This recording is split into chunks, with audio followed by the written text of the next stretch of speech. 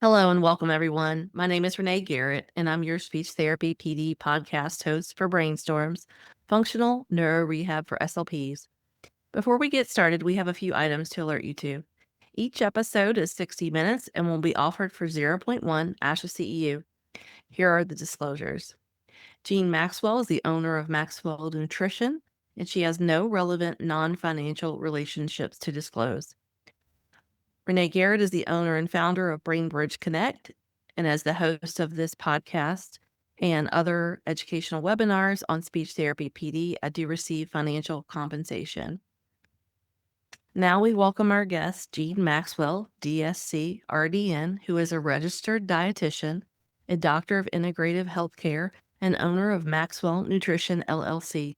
She provides holistic, personalized nutrition counseling rooted in both science and the individual's specific needs.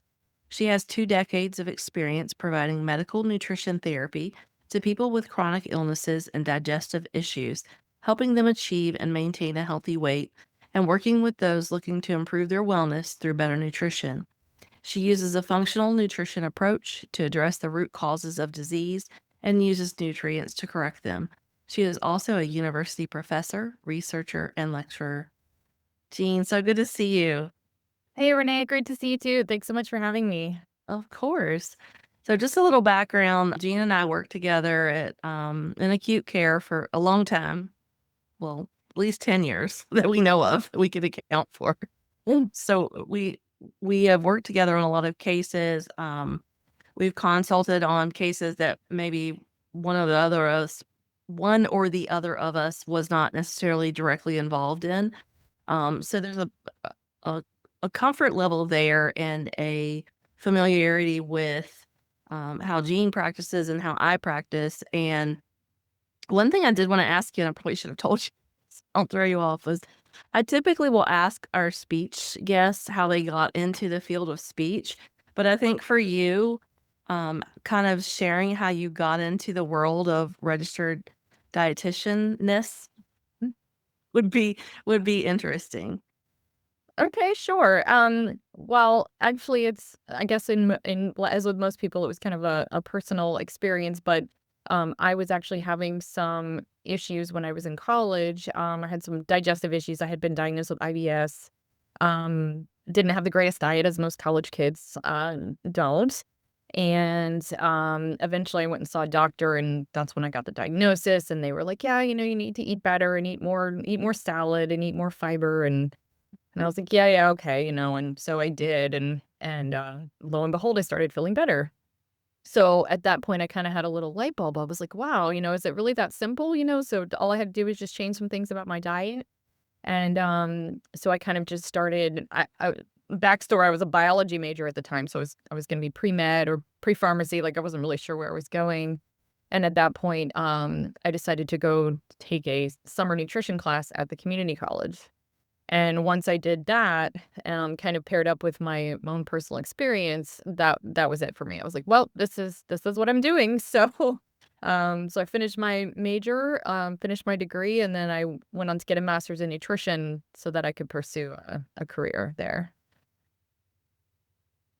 I didn't know that. It's funny because we've known each other for so long. I know. Um, and I think it's really important to kind of get the background because it speaks to not only your level of expertise clinically, but it speaks to the reason that you do this every day, right? Because I think when you have a personal connection, you can be more effective at your job, and your knowledge seeking is a little bit higher, if you will. Right, absolutely. And I mean, not to mention, that's a big part of the reason why the digestive system is of such particular interest to me, because I see, its complexities and how nutrition can really help to improve the health of the GI tract and not just, the rest of the body. So Yeah. So can you start off by explaining to us what the gut-brain axis is? well, sure. I would love to. So the gut brain axis is basically it's a two-directional bidirectional communication system. So it's the gut, i.e. the digestive system. So when I say the gut, I'm talking about the digestive system as a whole. So it runs through the vagus nerve. So the two of them are in constant communication with one another. So the brain is talking to the gut is talking to the brain. So it's this really fascinating system um, where the vagus nerve is kind of the highway, the superhighway between the two. The gut actually has its own nervous system called the enteric nervous system. So there are actually billions of neurons in the gut as well. So this is why you may have heard the term that the gut is the second brain, because it literally has almost as many neurons as the brain.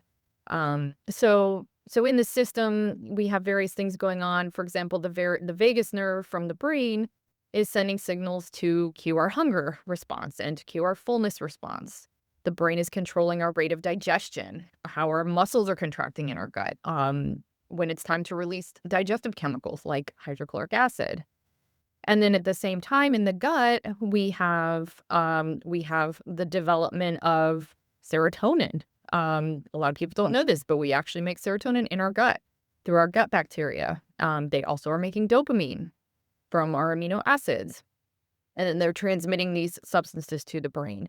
So obviously, this communication system is crucial in both directions. And if there's a dysfunction one way or the other, obviously this is where havoc it can wreak. Yeah, and I'm just thinking about, in our patients with pre-existing digestive disorders, like you mentioned, IBS for you, and then maybe Mhm. now they have, and I say this because we worked together for a long time, especially in ICU. We have this new stroke, or we have a patient who comes in with Parkinson's disease, or someone who's had a history of head and neck cancer, or even some abdominal cancer. That digestive system and the brain can work together and, be a good positive thing, or it can fight, right? Right. Right. Definitely presents an added level of challenge there when you're kind of tackling multiple either underlying disease states or acute conditions, some combination of the two. We've certainly had our share of challenging cases where you're having to kind of address it from both ends. Yeah, I mean, everything from chronic, no, chronic diabetes. Diabetes is chronic. It's Usually. diabetes to our patients who, we had one frequent flyer forever and ever, amen, that had a seizure disorder, who came in, um, multiple times a year. And this particular patient, we had to fight a lot with the family, the husband. Let's be let's Probably. be clear. Yeah, the husband. Um, because a lot of times what would happen was she would come in at post-ictal after her seizure. She was also a dialysis patient, so that was a challenge.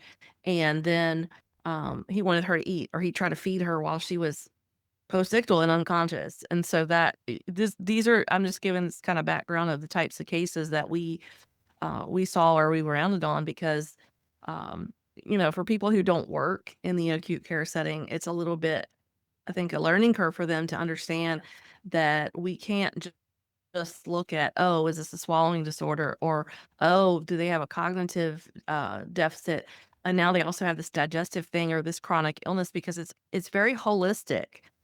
And I think a lot of times that's what people miss, is we're operating in this little silo over here and this silo over there, when in actuality we need to be thinking about the brain, we need to be thinking about the gut, and looking at, prior to this patient coming in with whatever the diagnosis is that they're coming to the hospital with, or even in an outpatient setting, their prior poor gut health impacts their neurological function, and it Right. impacts their mood. So can you speak to that a little bit?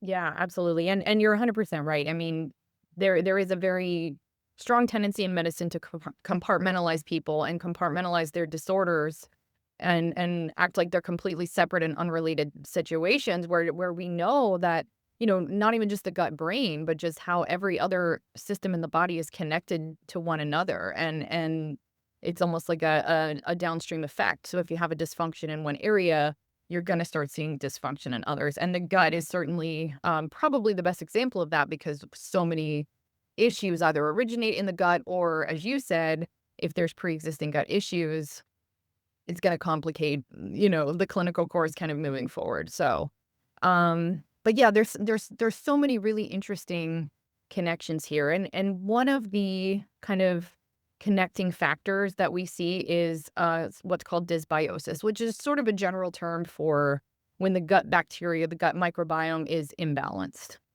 And so pretty much in any neurodegenerative condition that we see, whether it's Alzheimer's or Parkinson's or Huntington's, there is a direct link with dysbiosis.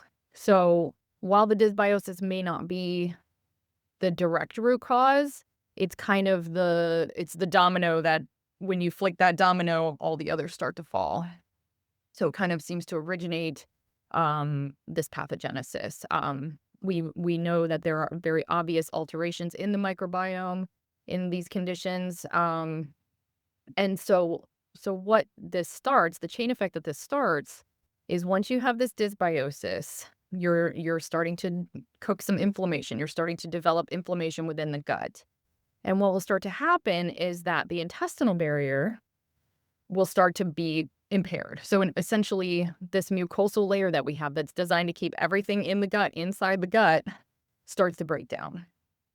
And so when this starts happening, in combination with the inability of the bacteria to maintain their homeostasis, you start to see this is kind of called leaky gut in a more informal sense. So when you hear the term leaky gut, it really means a breakdown of the intestinal barrier.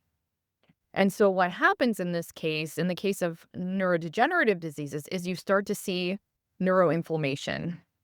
And part of this is caused by a misfolding of a protein called alpha-synuclein. These are what develop Lewy bodies. So when someone has Lewy body dementia, for example, this is what's happening. It's this misfolding of these proteins. And so instead of being able to maintain these proteins intact inside the gut, they're allowed to kind of start leaking out of this compromised barrier. And so those are leaking out. Bacteria are leaking out.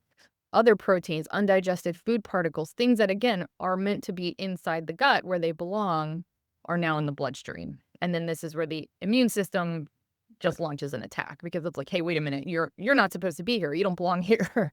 And so the attack is launched, and this develops that inflammation. And this cycle keeps repeating because the more inflammation in the bloodstream, the more inflammation in the body, this is perpetuated further with the dysbiosis and the additional inflammation and so on and so forth. And so eventually the blood-brain barrier also becomes permeable, and those misfolded proteins are able to leak into the brain tissue. So it's crazy to think about, but literally, if that gut barrier breaks down, eventually that blood-brain barrier is also going to break down. Well, and it's so interesting because I think even like, it's pretty well known on the podcast that my mother-in-law had Alzheimer's, and, watching uh, her what she ate, and she was we called her the raging diabetic. I mean, she hid the sweets in the oven and then forgot they were in there and turned the oven on and almost burned the house down. So there's Oh, that. wow. But one of the things was that even just that generation, to me, like I saw my grandparents were gardeners and my grandmother was a stay at home. She had 4 kids. She stayed at home. My grandfather was in the Air Force. She was very meticulous about like cooking and her garden and all these things. And it was like the next generation after that was like, I don't want to be happy homemaker of the 1950s. And so they were all like fast food and microwave dinners when microwaves came out, and TV dinners and those convenience foods. But what we see in that age group, because that's our geriatric folks now, and Mhm. it's not, again, this is not every single patient, but for us, it was a lot of our patients because we were in a rural hospital. What we Right. saw is a lot of our patients had such poor nutrition that it affected them at a much younger age. And so Mhm. you might see someone who's, I won't say what my age is now, but my age now, and they looked like they were much older than we do, who have, been like you and I both are plant-based for the most part. And it's just remarkable to see how that change. And so, a lot of people talk about these environmental factors like pesticides or um, not just what people ate, but what they were exposed to. But again, we're looking at that holistic piece of it, and it's pesticides in the food that they're eating, right? Mhm. And so and I went way off track, but that whole thing, the dirty dozen, can you talk about that and like how you some people think they're like strictly organic is the way to go. But when we Mhm. know about the dirty dozen, that kind of gives you a different, um, I guess, informational layer, if you will. Yeah, yeah, definitely. I mean, there's certainly some validity to the concerns over pesticides. For example, paraquat, which is one that's still Yep. very commonly used. We know that's a causative factor for Parkinson's. Parkinson's. We know that. Unfortunately, it is still commonly used. It's probably not going away. We know glyphosate isn't going anywhere. So yeah, so it does create, I think, some paranoia and a little bit of, I think it makes people sometimes feel like, well, what's the point? Because our food is poison and it's going to kill us anyway. But really, I mean, that's why the Dirty Dozen guidelines were developed is I mean, there are actual scientists who study this and they're measuring pesticide residue. They're measuring which ones are more commonly sprayed and which ones are less. And so the Dirty Dozen essentially are the 12 most heavily sprayed crops. And so those are the ones that are emphasized to that individuals should buy organic if possible. But the thing of it is this too. If you can't, it's okay. It's the benefits of eating fruits and vegetables still outweigh any potential hazards from consuming pesticides. The main thing is just you need to wash your produce really well. Very simple. You just soak it in baking soda water for about 5 minutes, and that actually gets out a significant amount of the pesticide residues. So you don't need to obsess about organic, follow the Dirty Dozen and the Clean 15, which the Clean 15 are the ones that you don't have to worry about. Wash everything, soak it well. It's not overly complicated, but so yeah, I mean there is a cumulative effect and it's not that it should be ignored, but I think I just don't want it to deter people from making those choices where, you know, we also have to consider there's nutrients and antioxidants and things in those foods that can sort of, to a degree, counteract or provide some defense against the harmful effects of some of those chemicals as well. Well, yeah, and I mean, it really the trends in what we see in the media, like eggs were bad for a very long time. That Mhm. don't eat eggs, that's raising your cholesterol. Eggs are terrible. Don't do that. Right. And then there's been a couple of other. I'm trying to think what the other one I was gonna mention. Um, Eggs was the big one. Uh, for a long time, it was in the 80s and 90s, it was no fat or low fat. Right. And this was so funny to me because I just saw this the other day on Instagram, and I'm pretty sure it was a TikTok video that someone, like, cross-posted, but it was about the back in the day when they had the fat-free potato chips, and on the label, it was like there was this disclaimer, like, "May cause oily farts," and it's just like, And so they did. "Well, why are we eating?"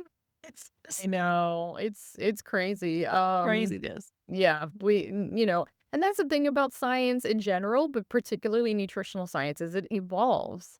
And so like using eggs as an example, right now we know that not only for the most part does dietary cholesterol not raise total cholesterol, but that eggs are incredibly nutritious, especially the yolks. I mean, you want to talk about brain food, brain nutrients, that choline and that vitamin A. I mean, these are things that our brains need. So yeah, and clearly the fat-free craze didn't do anyone any favors, right? We're no less obese. We have no lower rates of heart disease. Like nothing improved.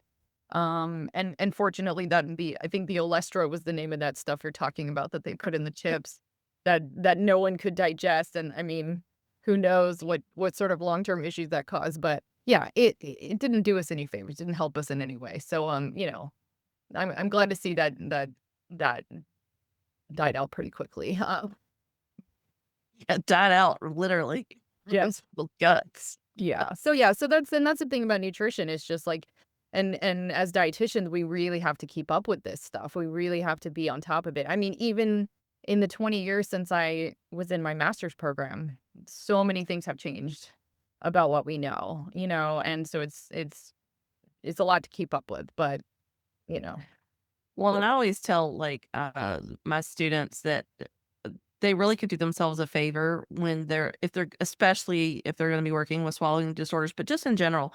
Mhm. You mentioned taking, a nutrition class, and that's kinda how I got interested in, the nutrition aspect of my career was that I started off in community college, and one of the requirements of my degree was I had some electives that I had to fill, and I thought, "Oh, well, that would be really interesting to take a nutrition class." It was something I'd always been interested in, and I'd always been pretty vigilant because I was an athlete, I was pretty vigilant about what I ate, Yeah. um, and it was really eye-opening because there were things that I learned in there that I thought I knew, but I didn't know, like fat-soluble and water-soluble vitamins. I just thought you took your vitamin and you were good. I didn't realize that there were these things that seemed so simple, and then I look back at my grandmother when she was, very much ahead of her time with the gardening, and very much ahead of her time with her supplements. She was a Prevention Magazine lady. She loved that magazine, and she had all the supplements, all the things and stuff. Like, she was flaxseeding before that was a thing. Wow. So, she was very ahead of her time, and that's probably why she lived to be 88 because she had some pretty chronic history and genetic history in her family of diseases.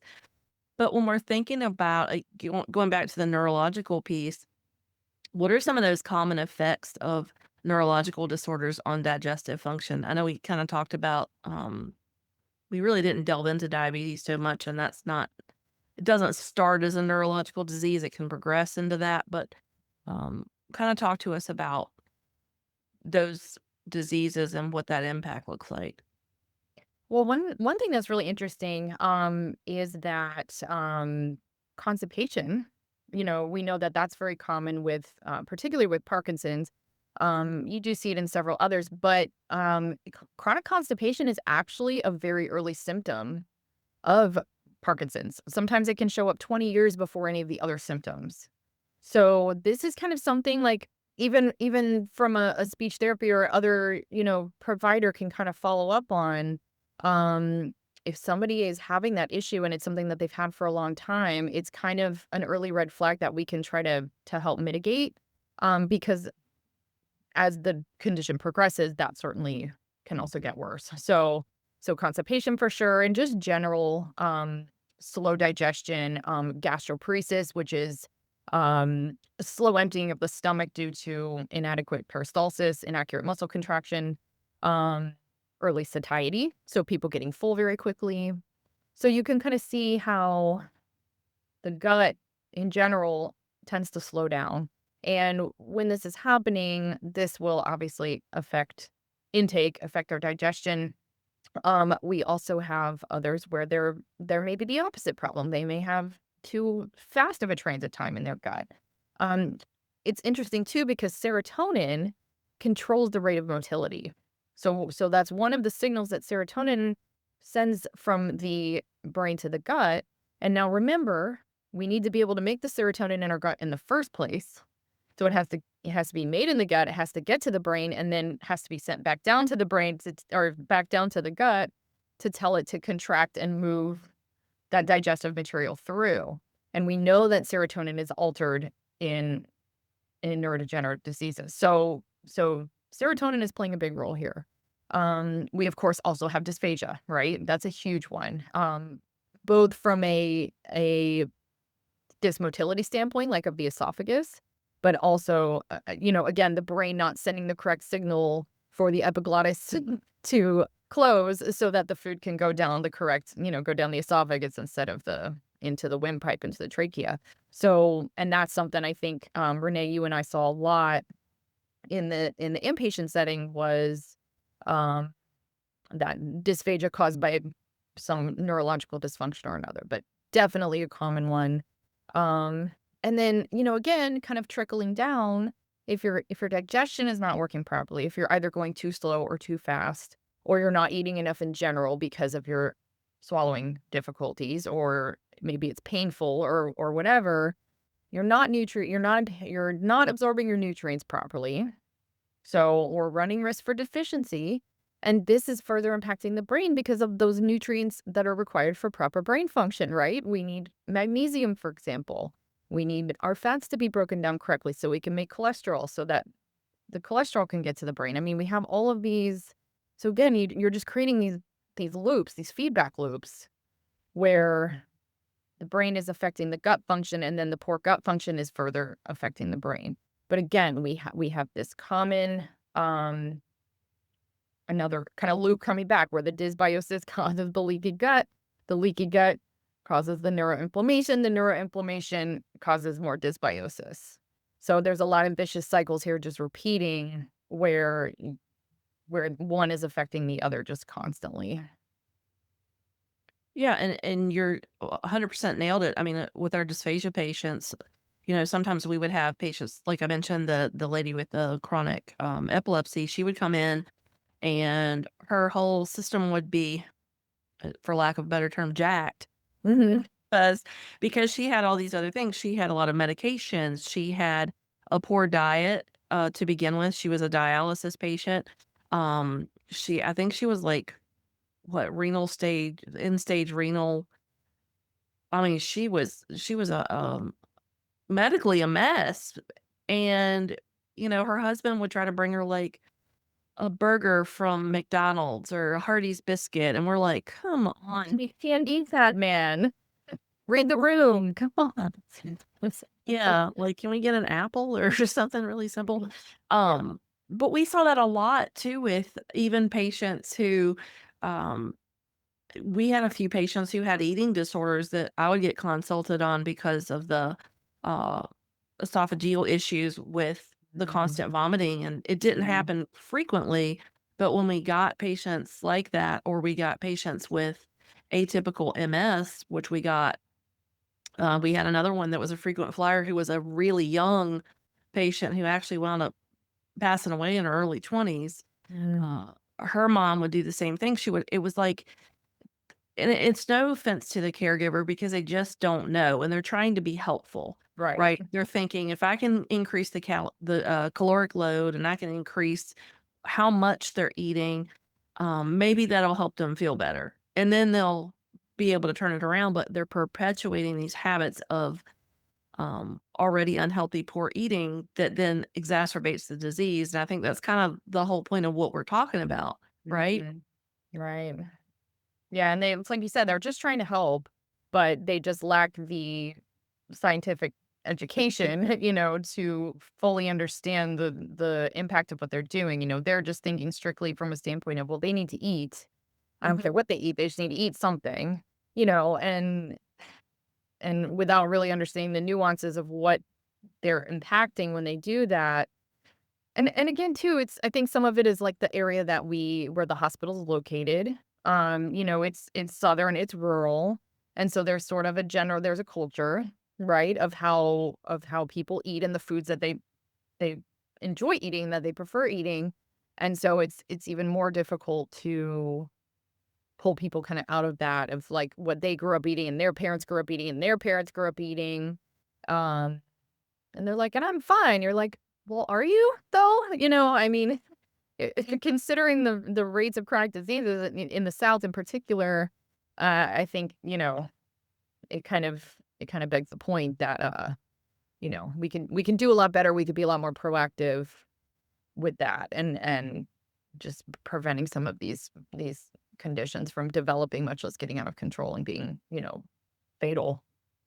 Yeah, because a lot of this stuff is lack of community education, and I know that, there were times when you probably felt, and I should ask you this and not say it, but I know I felt, uh, held back sometimes with community education as we were trying to do it as practitioners because it was like, well, that's not productive time or we can't bill for that or whatever the case may Mhm. be. It was almost like we were expected to volunteer this information out at a health fair and not get paid for it. But Yeah. also like we should be doing that as a public health um thing, right? We should be doing these uh community education events. It should be included as part of the care because it is preventative. It is helpful for caregivers too, not just the patient, but the caregivers. And we're talking across the lifespan. We're not talking about just geriatrics. We're talking about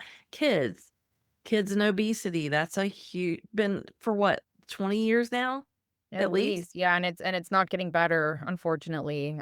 So there is definitely some lack of that early education because again, like, ideally we do need to be proactive. We want to be educating people as young as we can because the younger they are when they start learning these habits, the less likely they are to develop these chronic diseases. But, we are seeing type 2 diabetes in children now.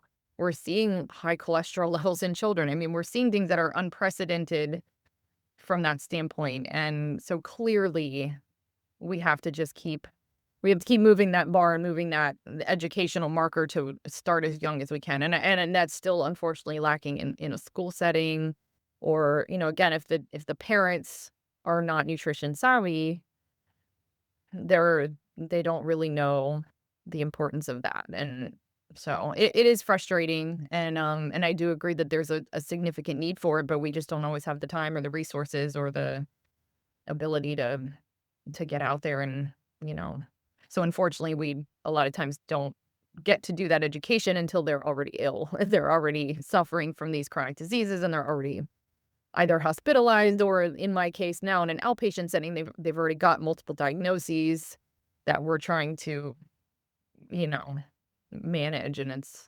it is frustrating. Yeah. And when you're dealing with multiple disease processes at the same time, it's like juggling because you're like, which one do I, Right. and, Right. in outpatient, I worked in outpatient too. So I totally see that. But I think for us in acute care, it was so much more volatile because one thing could happen and we might make a little milestone and the next day you come back and you're like, well, crap, Right. it 2 didn't steps work. forward, 1 step back, or kind of thing. Yeah. But I think too, like, in the outpatient setting, there is an opportunity too to help people sort of understand how I was saying how all of our systems are connected and so I really do spend some time on that with my patients and kind of help them understand how their body works, first of all, because a lot of people just don't know how their body works Hmm. on anything other than a very basic level, right? Um, but not understanding how one system affects another or how nutrition affects this organ and system or what have you. So I really do like them to make and that's why I use the word holistic. Some people get a little bit of a bad taste when they hear the term holistic. I mean, yeah, I am a little crunchy, like, let's be honest, but holistic truly and genuinely means the whole person. Hmm. And again, that's lacking in healthcare, and so I really when I use that term holistic approach, that's what I mean is just looking at the whole person and the collection of their issues and then helping them to connect those dots as well, because I think it helps them to be more, invested in, committing to changing. Yeah. Speaking of changing, um, when we talk to patients, typically what I've said to them is, of course, consult with your dietitian in the hospital, but, making changes that are palatable. Like you can't, it's hard for people to change everything. And you mentioned this before about like foods people love or foods people grew up on that are comfort for them. Mhm. And it's hard for them to completely flip the switch a lot of the time. And we saw this trend a few years ago now of people going like hardcore vegan who had been huge carnivores. And I don't know how successful a lot of those people were at maintaining that. But when we're thinking about foods people can incorporate, what do you recommend to kind of where do you start to help support that gut brain health? Well, I definitely agree that a total overhaul is not usually the best approach because for most people it's not sustainable. Even if they're committed to it in the beginning, they're kind of gung ho off the bat. But yeah, it typically does not last long. And that would be the goal to have more lasting, sustainable change for them. And so you do have to kind of meet people where they are. You have to consider so there's usually a bit of a negotiation, sort of. I like to focus on adding foods, for example, instead of taking away foods. That's kind of an approach that I tend to use, eating more vegetables or eating more fruit, or just kind of depending on what it is that the person's lacking. But Um, but in terms of more specific foods, I definitely encourage things like leafy green vegetables. These have particular benefit for the brain, um, particularly because of the folate, the vitamin K. These are linked to slower brain aging, for example, and slower rate of decline in kind of early neurodegeneratives. Fiber, obviously, because we need to support the gut. Fiber is what those gut microbiome, that's what those bacteria are eating. So you have to feed them for them to do their job. So this is a big area of focus for me for sure, is these high fiber foods so that the gut bacteria can take that fiber and not only use it for their own fuel, but they also convert it into things that we need. For example, short chain fatty acids. And short chain fatty acids help keep that blood-brain barrier intact. So fiber, the importance of that cannot be overstated at all. Um, Also, of course, the foods that encourage the proliferation of those gut bacteria, like fermented foods. So I always encourage food first. I want people eating fermented foods like pickles or sauerkraut or kimchi or, yogurt, whatever form that might take. So that's kind of one thing. I'm like, okay, well, which of these foods do you like? Which of these are you willing to eat? And then we work on incorporating those. Beyond that, I encourage kind of a rainbow diet is what I call it.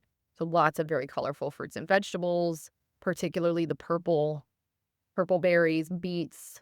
These have very particular antioxidants for brain health. We know that berries can actually help us grow new brain cells. It reduces production of AGEs or advanced glycation end products. These will prevent some of that inflammation that's associated with Alzheimer's and some of these other brain diseases. So, you know, it's nothing, it's not rocket science, it's nutrition science, right?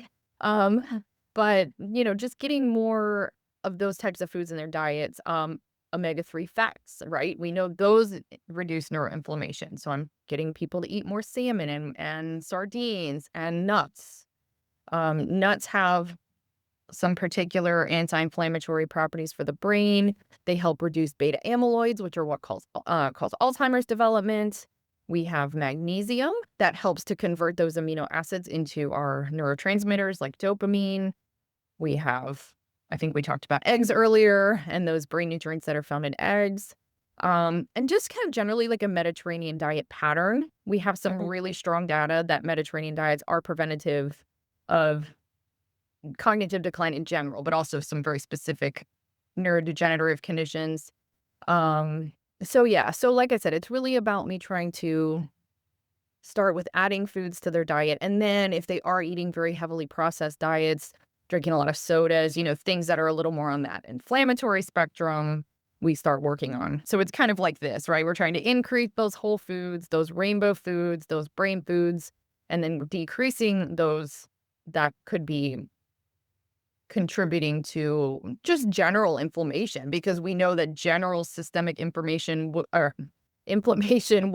eventually lead to neuroinflammation. It just, again, from that gut-brain pathway, that leaky gut, that compromised integrity of the gut barrier eventually becomes the compromised blood-brain barrier. So, even if I'm not working with people directly with these conditions, you only get one brain. And that brain controls everything. That is your control center, your command center. So if that brain is not in prime operating function, guess what? Neither is anything else. So Yeah, I say that all the time. yes, On the we gotta podcast. support that brain, like no question. So regardless, even if I'm not really bringing that up, even if I'm not really talking about the brain per se, all of these foods I would be recommending regardless for that.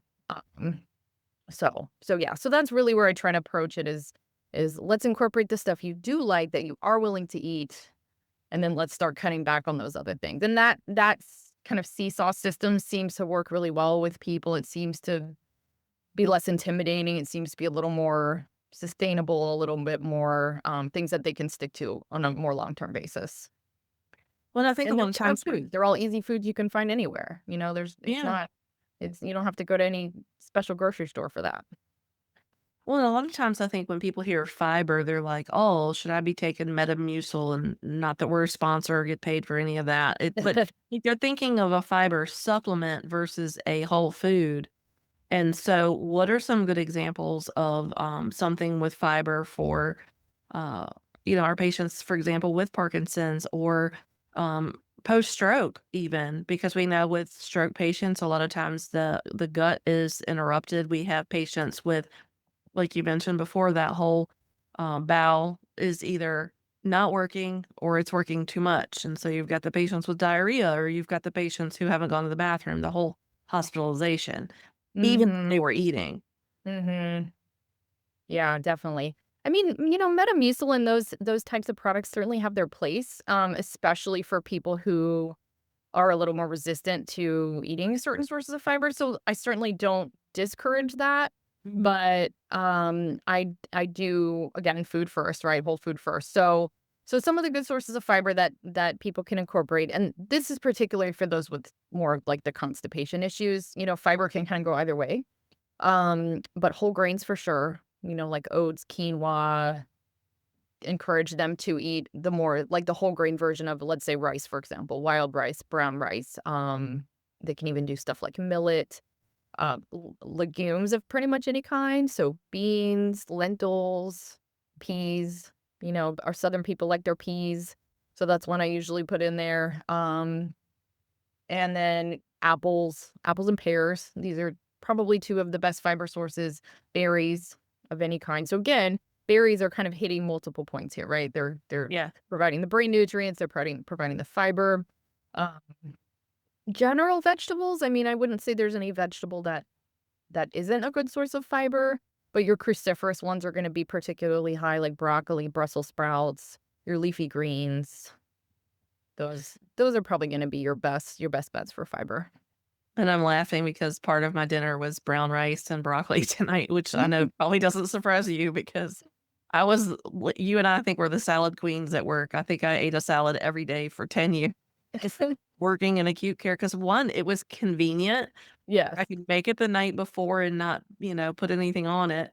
I could incorporate anything in my refrigerator. It kept well overnight, and so I would Mhm. just prep it the day before, and I could eat enough to sustain me for my however many steps I got in a day. Because depending on, like, for example, You were when running. You were running. I was running because I was the only one there Yeah. for speech, and then when Yeah. I worked at Norfolk General, I was 1.5 SLPs for the entire campus, and, you're familiar with that campus, our listeners might not be, but there's about Mhm. 6 buildings, Yeah, it's not cool. the It's a freestanding compound. heart It's a whole campus. Yeah. yeah, a freestanding heart hospital, um, we had inpatient rehab, but we had, like, I think there's, what, 5 different types of ICU? There's Yeah. neuro ICU, At there's a burn least. trauma, there's general ICU, like, it was crazy. I'd have 12,000 steps probably Mm, by, like, 11 AM when I covered that place. It was nuts. So I had to I have can't something imagine. where I could kinda throw everything in a container and get after it in 30 minutes while I'm charting and not taking an actual lunch.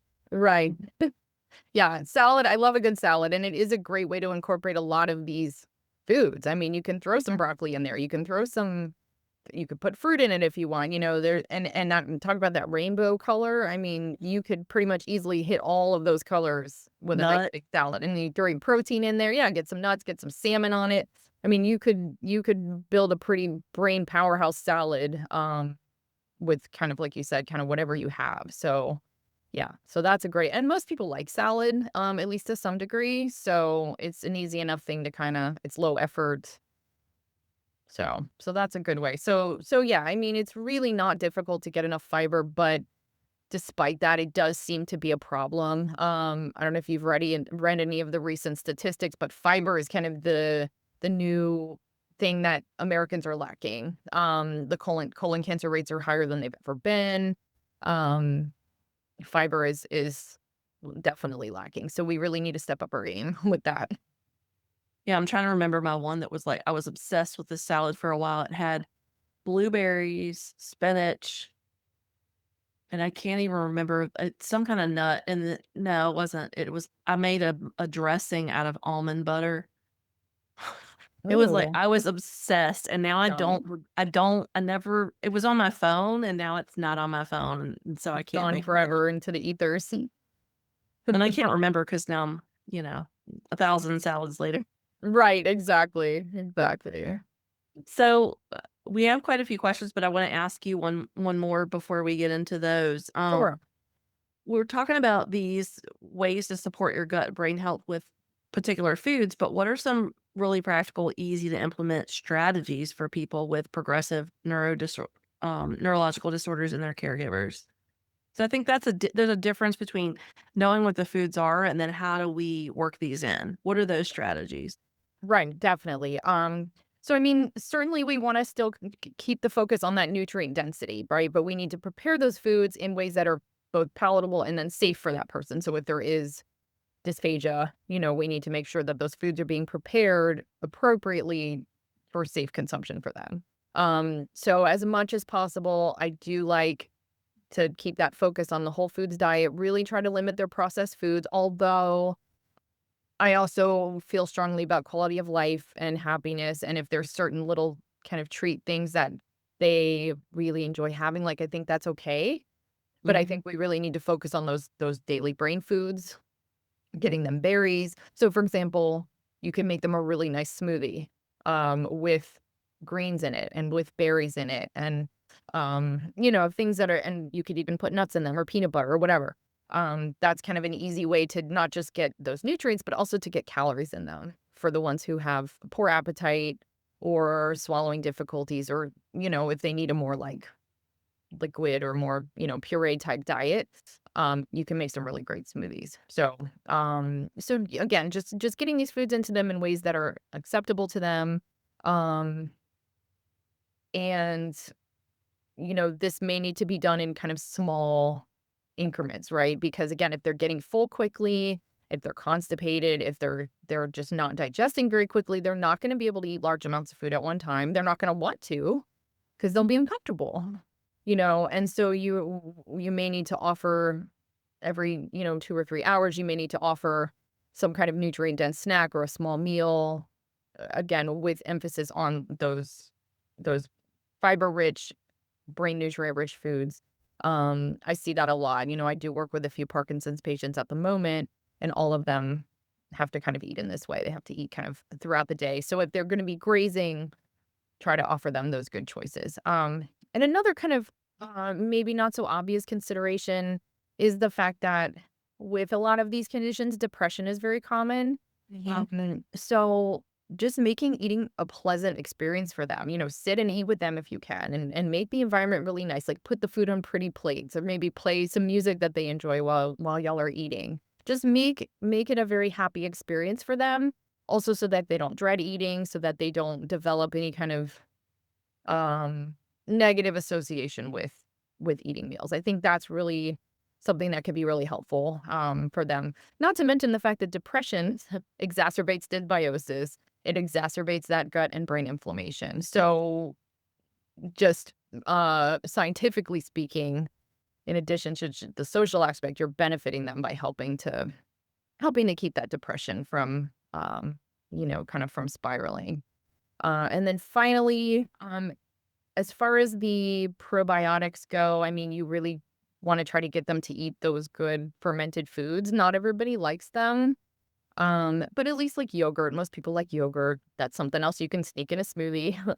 So really supporting that microbiome is a really, I think, important piece of this because that's gonna help attenuate that inflammation.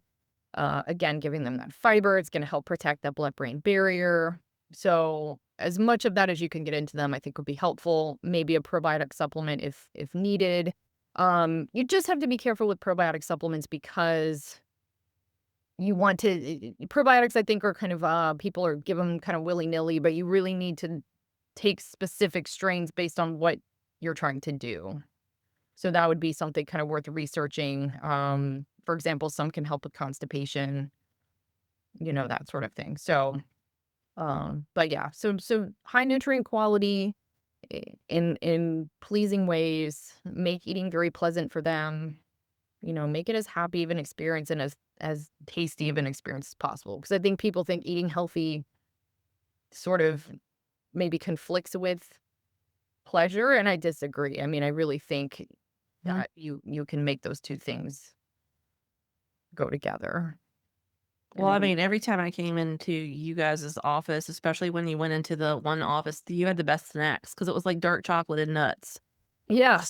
That's Yeah. like I hung out in the dark. Somebody had a diffuser going with like pleasant Oh, yeah. scent. We had a little thaw going on in there. It was great. It was like my We break at had work, to. I especially. mean, Yeah, well, and especially because that was during the COVID time and we're all masked up and everything, and I'm in there like popping dark chocolate nuts in your office. yeah, it's medicine. And I will stand by that. Dark chocolate is a health food. Dark chocolate is actually an excellent source of magnesium. It's an excellent source of iron, fiber. Not to mention chocolate does actually produce chemicals in our brains. Phenylethylamine, I think it's called, that contributes to pleasurable feelings. So it's not just eating your feelings. Like chocolate actually has medicinal properties. So dark chocolate could definitely be part of that.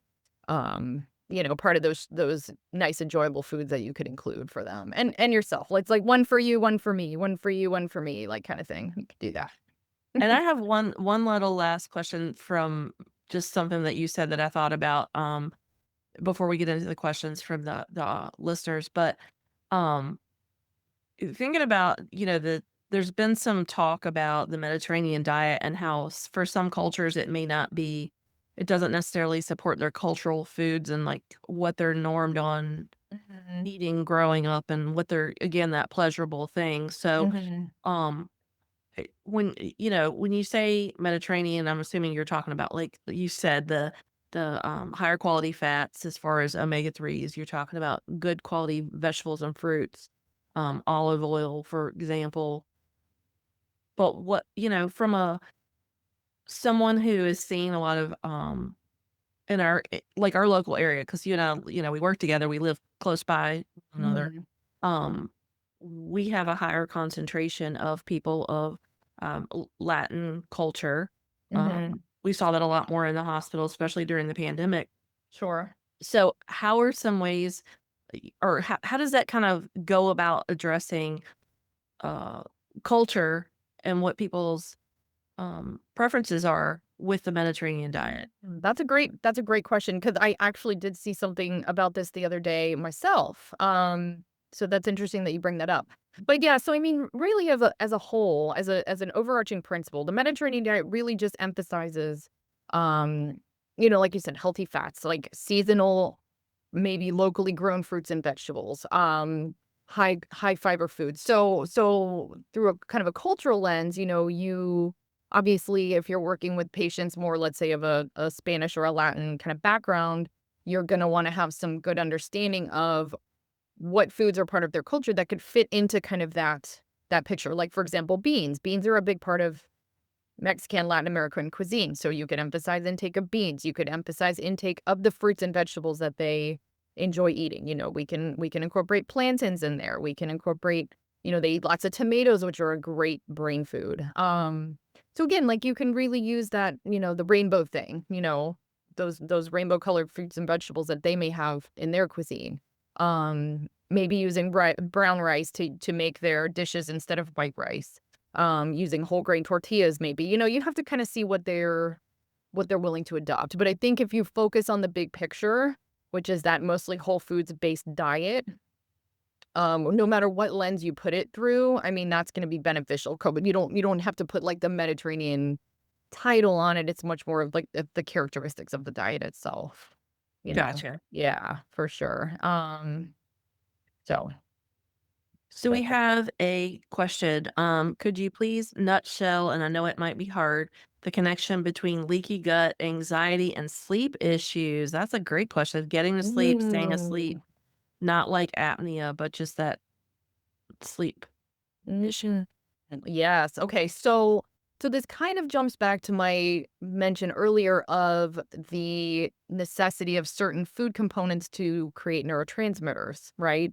So we know that for example, we need the same amino acid to make melatonin, our sleep hormone.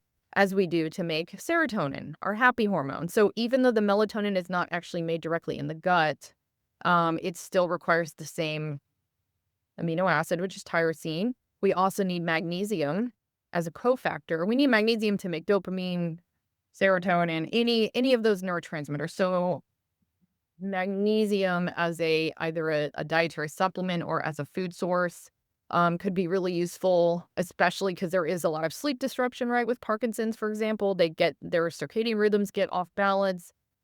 Magnesium is also a great stimulant of the digestive system, so that can help with constipation if needed. So in terms of like the leaky gut specifically, other than what I already mentioned with the impact on the inflammation of the brain, like I don't know that there's a direct relationship between leaky gut and sleep disruption, but I mean, one could kind of extrapolate that from what I was saying earlier about that breakdown of the blood-brain barrier and that dysregulation of the actual neuronal communication gets thrown off. So it stands to reason that sleep could be part of that kind of vicious cycle. So yeah, so you can definitely supplement your patients with magnesium. It's completely benign. It's something that can help them with their melatonin production, regulation of that circadian rhythm. Um, so did I fully answer that? I feel like you did. I mean, Okay. I'm over here trying not to chuckle thinking about, magnesium mag citrate. It's what we Well, give that's people. what you would give them for their I mean, that's like that, but that also would help with sleep, in addition to Yeah. stimulating the GI tract. Also, there are foods that are direct sources of melatonin, by the way, pistachios and walnuts, for example, and cherries. Mhm. So those food can be incorporated too as bedtime snacks, to also help stimulate that melatonin production. And who doesn't like cherries and, you know, pistachios? Like that sounds pretty good to me. So, Excellent. It could and then we have a couple of other questions. What's the benefit of fermented foods?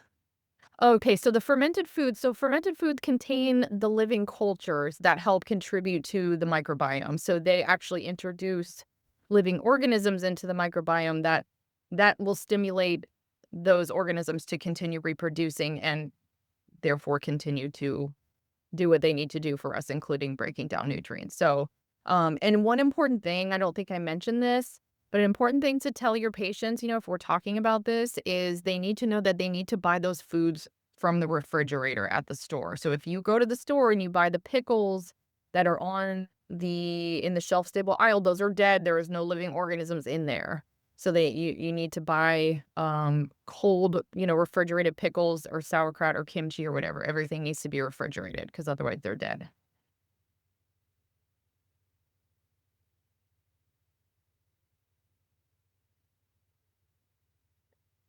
But yeah, so And then the but same again, that person asked, fermentation. "What's your favorite dark chocolate?" Oh, my favorite dark chocolate. Oh, well, lately I've been actually buying the one from Lidl. The Lidl brand dark chocolate is actually really good. Um, there's another brand that I like called Hue. It's just HU, but I haven't been buying that one as much because it's really expensive. But really whatever you get, it should be Yeah. 70% minimum dark chocolate. The higher the better. Obviously the higher it is, the less sweet it's gonna be. So it takes some adjustment. But 70% minimum is what I recommend. It doesn't have to be organic, but one thing I would recommend looking into is if the company does heavy metal testing, because some dark chocolates can be rather high in heavy metals, and we know heavy metals contribute to neurodegeneration and neuroinflammation too. So be careful with that. But I'm not gonna lie, I've been known to just eat a handful of dark chocolate chips out of the bag. So here and there, and that might happen. But yeah, so the Lidl brand is what I've been buying. That's the same thing I buy, and, I also love a cacao nib on something, anything really. I would Mhm, handful mhm. that too and just pop it in my face. Yeah, and Um, so, and we have that's kind one of important more. too, is you can really just incorporate cocoa powder into things too, because then you're getting all the cocoa, all the antioxidants without any sugar or anything like that. So, like, you can put it in your coffee, you can make your own little hot chocolate at home. Um, I put it in like my chia pudding, so don't overlook pure cocoa powder as well. We have one more. I love this question. Weigh the pros and cons of wild versus farm raised fish, and can you contrast with impact on neurotransmitters if different? Oh, that is a good question. Okay. So I certainly would advocate more for wild caught fish. And the reason is that typically in a typical farm raised setting, there is a higher concentration of certain potential neurotoxins like dioxin. Um, because the water isn't necessarily circulating, it's not free flowing, and so there's going to be accumulation of biologically active substances. So in terms of a direct impact on neurological health, I don't know if any study has directly compared those two things, for sure. But um, wild caught salmon for sure, because again, we need those omega-3s. Um, Typically, if you're worried about heavy metals, like some people are worried about that with their fish, so the smaller the fish, the lower the contamination risk is of heavy metals, because mercury and such things, they bioaccumulate. So the small fish gets eaten by the bigger fish, gets eaten by the bigger fish, and so the mercury concentration will increase the larger the fish is. So, but you're always going to see wild caught sardines. I think those are always wild caught. Um, so yeah, so I'm an advocate for wild caught fish, but again, I'm not sure if anyone has actually compared the two things, but my instinct would be, knowing what we know about dioxins and some of these other chemicals, that probably those are going to also be more concentrated in your farm raised versions. So, and the wild caught fish probably they're going to eat more natural diets. They're more in their natural habitat. And so probably maybe less stressed. I don't know. But yeah, so definitely wild caught whenever possible. But farm raised salmon is still better than no salmon, right? Um, but really these days wild caught is not typically more expensive. So it's pretty reasonable to be able to purchase that. Yeah, I actually get mine shipped here to the house. And I won't say the company because then, they might think I'm endorsing it. But what I found is that the way that it's frozen and shipped, it's it's better. Like it tastes better. Like the quality is better. So I'm more inclined to eat it. Whereas if you go to a regular grocery store and that fish has been sitting out and it looks a little questionable and you get it and you're like, oh, that smells weird. Yeah. Yeah, I'm not eating that. If it smells weird, I'm not eating it. I have terrible sinus issues, and most of the time I can't smell. So if I smell it and it I smells think weird, it's a problem. I'm Yeah, not it's like, eating it. and if you wanna be on the safe side, you can buy your fish frozen, certainly, because also that guarantees that the parasites have been killed. Freezing will kill any kind of organisms that might be in there. Um, and it's very easy to find wild caught frozen salmon, for example. That's pretty common in any grocery store. So don't feel like it has to be fresh. It may even be better quality if it's frozen. So And we got one more left, and then we'll wrap up. Is there a recommended source of nutritional information to use as a resource and or an educational source? Like, so for are you speaking about for neurodegenerative diseases especially, or just as general, a general place to get handouts? Because I don't really know of one specifically geared towards that kind of area. Both So or either. go for either. Yeah, that's a good question. Like, I mean, honestly, I tend to make my own handouts because I can never find exactly what I'm looking for. But I imagine that there probably is somebody out there. I would have to look into that. Like, I would happily compile some for you, Renee, and maybe you can disseminate those to people. I would actually really have to look because, like I said, I tend to kind of compile my own from the research studies but there's got to be somebody out there. There's got to be a dietitian or a nutrition expert that has a particular focus on this stuff. There are definitely some books that talk about brain nutrition. There is one that focuses on mental health conditions. It's called Nutrition for Mental Health. Leslie Korn is the author. She's a dietitian. There's also a book called Power Foods for the Brain. This is by Neil Barnard. So those are a couple Mhm. of books that you could check out, that have some good, easy to digest information. But as far as like handouts and educational stuff, I would have to look into that, but I definitely will do that. I think the ones that we used in the past, so, when we weren't, because we had to use the specific ones for our health system, but Right. American Heart Association, the American Diabetes Yeah. website, I know They they can have give some real some. general stuff. Yeah. Yeah, yeah, For but yeah, sure. it'd be great if we could have like a show notes thing that we could put out there. But Sure. Jean, thank you. I know this has been a little bit of a long time in the making, and I'm so Yeah. grateful you came on because uh, it was everything I wanted it to be and more. So I appreciate you being on and sharing your knowledge and your expertise with us. Thanks again, Jean, and we will see you soon. Thanks, Renee.